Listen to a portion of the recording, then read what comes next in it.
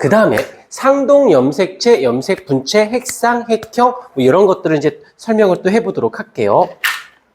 먼저 여기서 지금 살짝 봐야 되는 게 뭐가 있냐면 부계 쪽에서 그 다음에 모계 쪽에서 이렇게 N은 23개, 그 다음에 N은 23개가 받아서 수정이 일어나겠죠.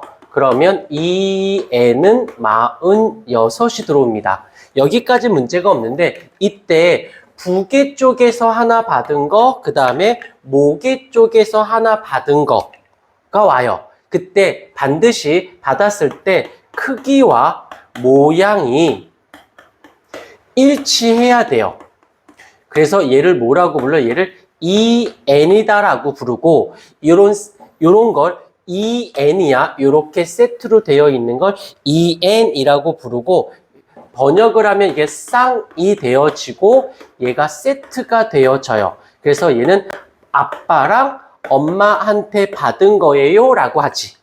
이거를 한 단어로 뭐라고 부르냐면 얘를 상동 염색체라고 부른다라는 거. 들으십시오.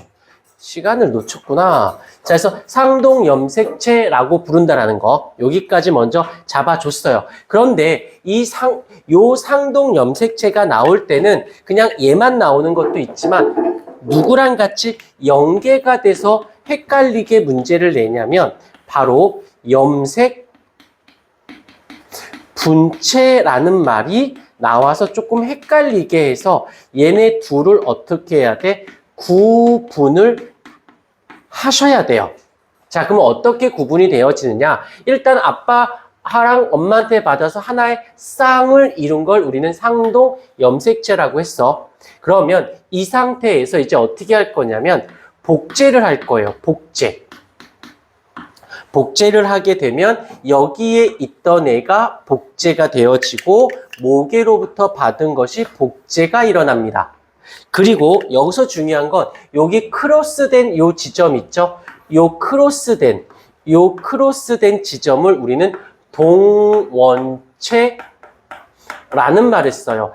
얘가 기능이 뭐 하는 거냐면 얘가 나중에 분열할 때 고리를 잡아서 뜯어낼 때 고리에 걸리는 역할을 해줍니다. 그 여기에는 유전자가 존재하진 않아요. 그래서 동원체다라고 봐주시면 되고 어찌됐건 간에 여기가 지금 연결되어 있으니까 요게 N이 되고 N이 돼서 EN인 건 맞아요. 그런데 자 여기서 이제 요거랑 복제수가 똑같은 애고 요거랑 복제수가 똑같은 애지. 요런 거 요렇게 복제해서 똑같은 애를 우리는 뭐라고 부르냐면 얘를 염색 분체 얘도 염색 분체라는 말을 씁니다.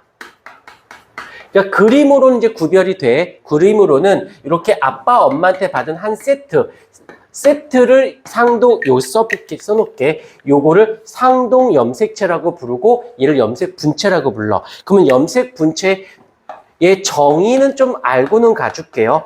염색 분체. 그런데 얘가 이렇게 복제가 됐어. 그 다음에 쭉 와서 분열을 할 거야. 분열을 할 때 여기서 이제 오늘 배울 건데 체세포 분열이 있고 감수 분열이 있는데 어찌됐건 간에 요 아이가 이렇게 분리가 일어나. 이렇게 어찌됐건 간단히만 그릴 거야. 다 안 그리고 이렇게 어떻게 염색 분체가 분리가 일어날 거예요. 그러면 자 염색 분체라는 것은 첫 번째 동원체에 연결된 염색체를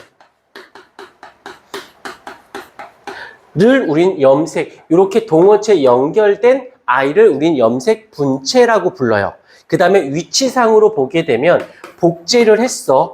복제를 해서 얘가 됐어요. 그 다음에 분열하기 전까지 복제를 한 후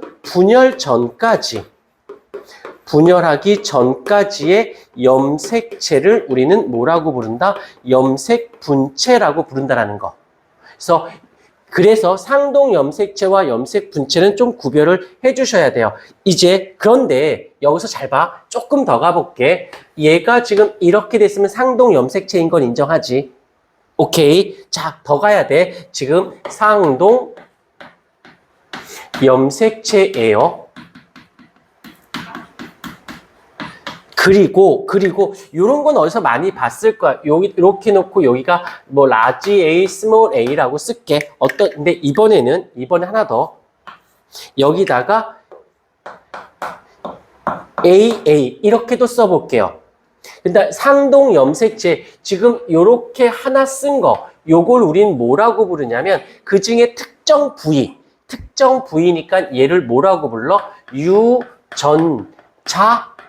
부르는 거야. 염색체가 DNA가 모여서 염색체가 됐죠. 그 DNA 중에 특정한 부위만 얘기하는 걸 유전자라고 불러. 오케이. 그 유전자 중에서 같은 위치에 있어요. 그러면 같은 위치에 있으면 한 형질을 결정합니다. 만약에 얘가 눈에 관련된 거면 얘는 눈에 관련된 유전자인 거고 여기야. 그럼 코에 관련된 유전자면 여기도 코에 같은 위치에 있는 건 한 형질만 결정하는 거지. 여기까지. 이걸 우린 조금 더 디테일하게 뭐라고 부르냐면 대립 유전자라는 말을 써요. 그래서 반드시 써야 되는 게 뭐냐면 상동 염색체에서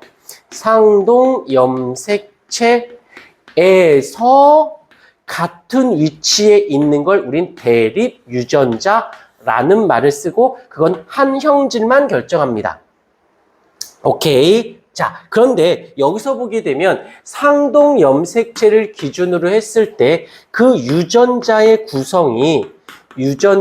구성이 여기서 보는 것처럼 어떻게 라지 A, 스몰 a로 있을 수도 있고 이렇게 라지 A로 이렇게 되어질 수도 있는 거지. 그래서 얘를 뭐라고 하냐면 다른 게 결합이 겹쳤어. 그래서 얘를 2형 접합이 되었어요 라는 말을 쓰는 거고 얘는 같은 유전자가 결합이 됐어. 그러면 얘를 동형 접합이라는 말을 씁니다. 영어로 잠깐만 해볼게. 영어로 하면 얘를 호모라고 부르고 얘를 영어로 하면 헤테로라고 불러주기도 해요.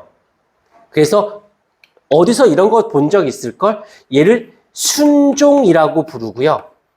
얘를 잡종이라고 부르는 거야. 뭐 잡종이 왠지 안 좋은 거, 순종이 좋은 거 이런 거는 옛날 말이고 순종은 같은 형 유전자끼리 결합한 것을 순종, 다른 유전자끼리 접합한 것을 우린 잡종이라고 불러준다는 거. 오케이. 어떤 책에서는 주로 제일 많이 표현되는 건 이쪽이고 요걸로도 표현을 하니까 좀 잡아주셔야 돼요. 근데 끝나지 말고 지금 나 어디 하고 있었냐면 여기 하고 있었어. 이제 복제 쪽으로 가볼게. 얘가 복제를 할 거예요. 얘가 복제를 할 거야.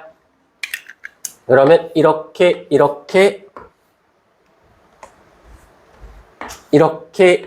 있었을 때 복제를 하니까 여기에, 복제를 하니까 여기에. 근데 여기서 얘가 A고 얘가 스몰 a. 그럼 여기서는 지금 요 사이에서는 어떤 일이 일어났어요?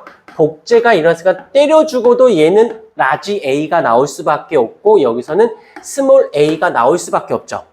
여기선 라지 A니까 라지 A면 복제를 했으니까 때려주고도 라지 A.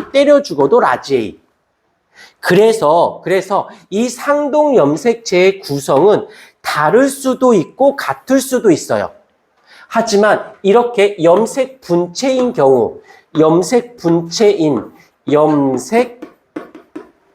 분체였을 경우에는 요거를 염색 분체라고 해. 인 경우에는 유전자의 구성이 어때야만 한다? 유전자 구성이 반드시 동일해야만 한다라는 거.